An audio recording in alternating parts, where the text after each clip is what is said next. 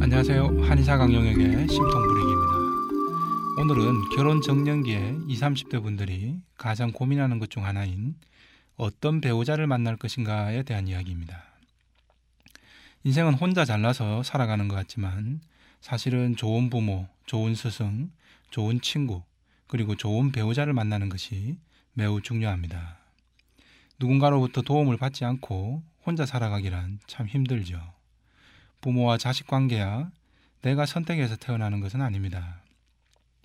하지만 결혼을 통한 배우자의 선택이나 사업상 만나는 동업자 등은 모두 내 선택에 의해 결정됩니다. 이런 중요한 선택을 하는 데 있어 여러분은 어떤 걸 가장 중요하게 보십니까?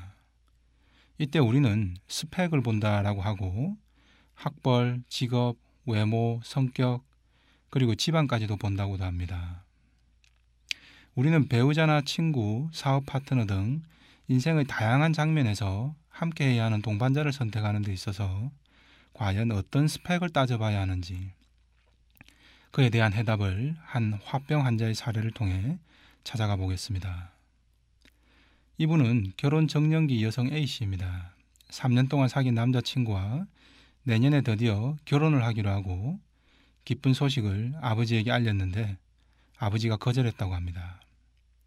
이유는 A씨에겐 노총각 오빠가 있는데 만난 지 몇 개월 안 된 여성과 내년 초에 급히 결혼식을 올리겠다고 한 것 때문입니다.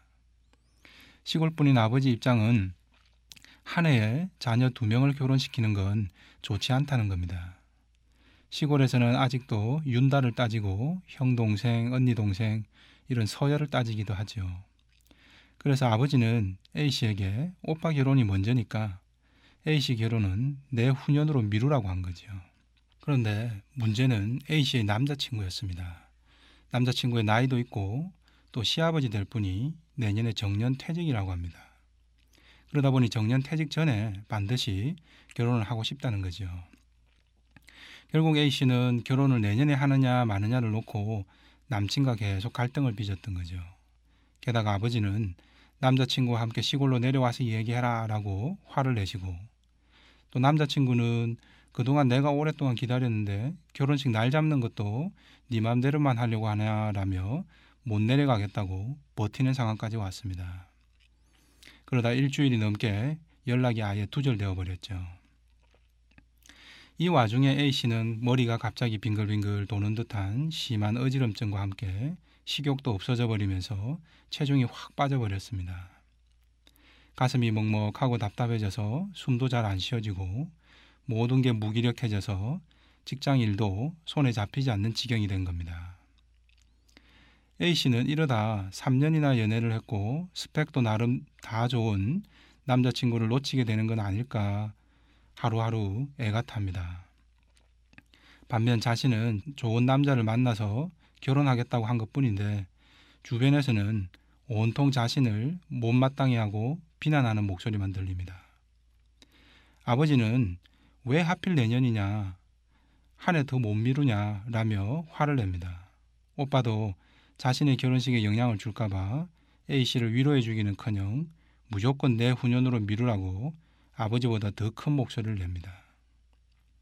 한편 남자친구 집안에서는 정년퇴직 문제를 명분으로 내년에 할 것을 고집합니다.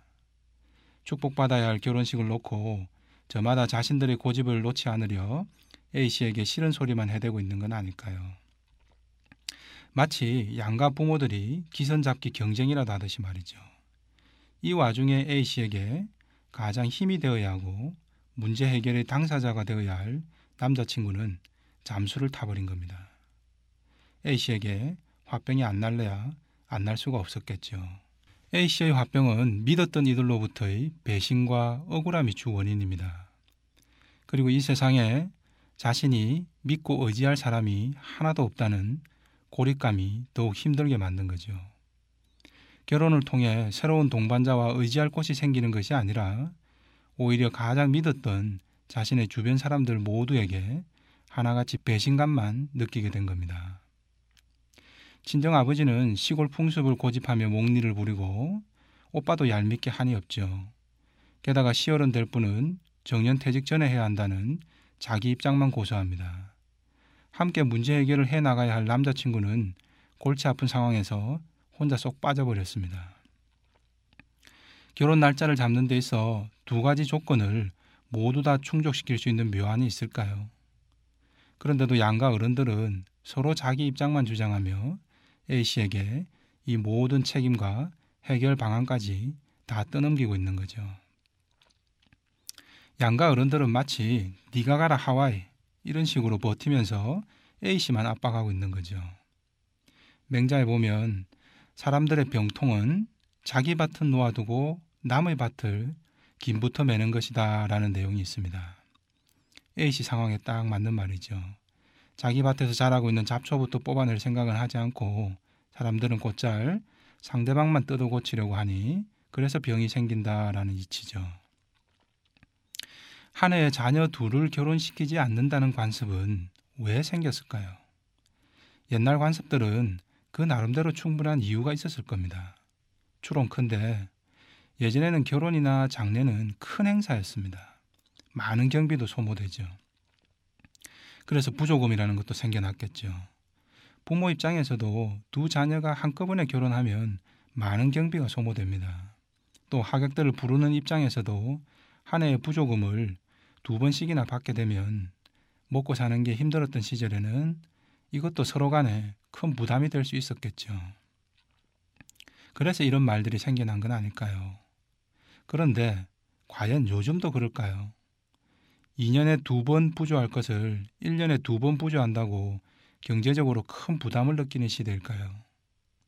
정 부조금을 받는 것이 부담스럽다면 부조금 안 받는다고 하면 어떨까요? 방법이 전혀 없지는 않습니다. 남자친구 쪽도 마찬가지입니다. 정년퇴직 전에 꼭 아들 결혼식을 해야 하는 이유는 뭘까요? 퇴직 후에는 오지 않을 하객들도 퇴직 전에는 그래도 온다는 계산이겠죠. 그런데 퇴직하고 나면 경조사에도 안 올 사람들을 굳이 오게 만드는 건 좋은 걸까요? 아니면 하객 수가 부족해서 결혼식장이 텅텅 비면 어떡하나 걱정하는 걸까요? 그 어떤 것을 걱정하든 과연 예비 며느리가 저렇게 마음고생하는 큰 대가를 치르는 것보다 더 중요한 걸까요?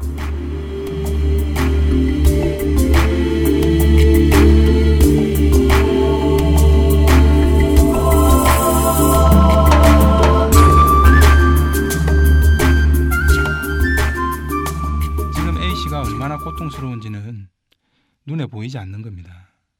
하객들 조금 안 부르면 어떨까요? 요즘은 결혼식도 왁자지껄한 것보다 아주 가까운 일가 친척만 모여서 조촐하게 하기도 합니다. 사실 별로 친하지도 않은 이들의 결혼식을 안 가기도 뭐해서 주말마다 쫓아다니는 일도 고역이고 민폐거리입니다. 이처럼 자신들의 입장을 조금씩만 양보하면 방법은 충분히 존재할 수 있습니다.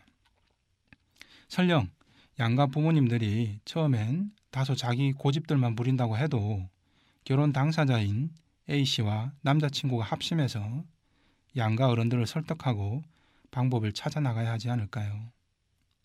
물론 양가 집안 나름대로 이유나 명분은 분명히 있습니다. 남자친구도 지금껏 자신이 기다려줬고 많이 양보해왔다는 명분도 있습니다.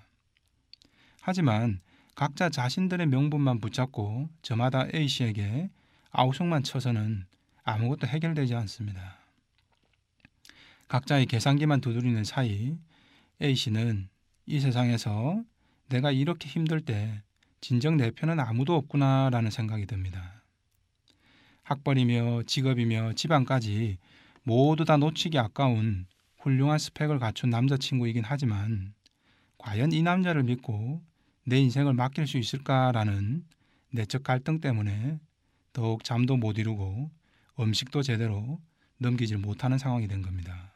자, 여기서 A씨도 양가 어른들이나 남자친구만 원망하고 자신이 넘지 못할 큰 위기에 빠진 것처럼 좌절만 하고 있어서도 안 되겠죠. 아이를 양육하는 일은 엄청난 인내와 노력이 요구되기에 어쩌면 신은 여성에게 상고의 고통을 주었는지도 모릅니다. 마찬가지로 우리에게 불안과 고통의 시간이 존재하는 건 충분한 담금질 후에 다음 단계의 성장을 제대로 이뤄내도록 하기 위함일 겁니다. 맹자는 이렇게 말했습니다. 하늘이 큰 인물을 내릴 때는 반드시 그 사람의 심지부터 괴롭히고 그 몸을 수고롭고 궁핍하게 하더라. 그리고 하는 일들을 어그러뜨리고 어지럽힐 것이다. 왜냐하면 사람은 항상 허물이 있고 난 뒤에야 고치려 하기 때문에 그렇게 고생스럽게 만들어야 그 마음을 분발시키고 그 능하지 못한 부분을 보완하기 때문이다. 그래서 사람은 오히려 우환이 있는 가운데서는 살아나지만 안락한 가운데서는 죽는다는 것이다. A씨의 상황도 마찬가지 아닐까요? 기혼자분들은 잘 아실 겁니다. A씨가 지금 결혼을 내년에 하느냐 내후년에 하느냐의 갈등은 정말 결혼 생활을 시작해보면 갈등 축에도 못 끼는 아주 사소한 문제라는 걸 말이죠. 인생에서 탄탄대로는 없습니다. 결혼 생활 역시도 마찬가지겠죠. 끊임없이 크고 작은 문제와 갈등들이 우리 앞을 가로막습니다. 그 갈등이 없기를 바란다는 것은 헛꿈을 꾸는 것이죠. 그래서 결혼 전에 이런 갈등으로 미리 상고의 고통으로 시험에 들게 하는 것인지도 모릅니다. 내 인생을 함께할 중요한 반려자로서 스펙을 한 번 더 따져볼 기회가 온 것이죠. 학벌, 직업, 경제력, 외모, 집안 이것만 따졌기에 이번에는 갈등 조율 능력이라는 가장 중요한 스펙을 한 번 더 점검해보라는 기회가 아닐까요? 결혼 날 잡는 문제 하나로 서로 양보하고 조율해서 절충점을 찾아내는 능력이 없다면 과연 결혼 이후에 다가올 수많은 난관을 잘 헤쳐나갈 수 있을까요? 아니면 매번 갈등하느라 화병에 걸리고 이혼을 고민하게 될까요?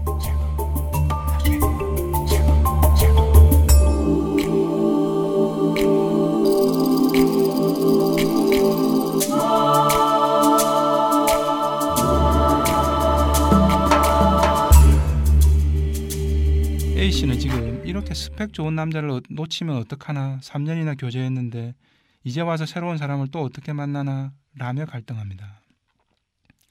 그러나 정작 이대로 결혼에 이르게 되면 자신의 미래가 어떻게 흘러갈지에 대해선 돌아보지 못하고 있습니다. 겉으로 보이는 스펙이 아무리 좋아도 아내 될 사람이 이렇게 마음고생, 몸고생하는 것이 안 보인다면 과연 중요한 스펙, 그 무언가가 빠진 것 아닐까요? 시아버지 직업과 집안이 좋다고 한들 예비 며느리가 이렇게 마음고생하도록 하는 것이 과연 좋은 집안의 스펙을 갖춘 것인지도 점검해보고 결정하라는 것이겠죠. 인생에서 탄탄대로는 없습니다. 지금 아무리 잘 갖춰진 듯한 스펙 속에서 출발하더라도 언젠가는 높은 파도와 풍랑에 맞서 위기를 넘겨야 합니다.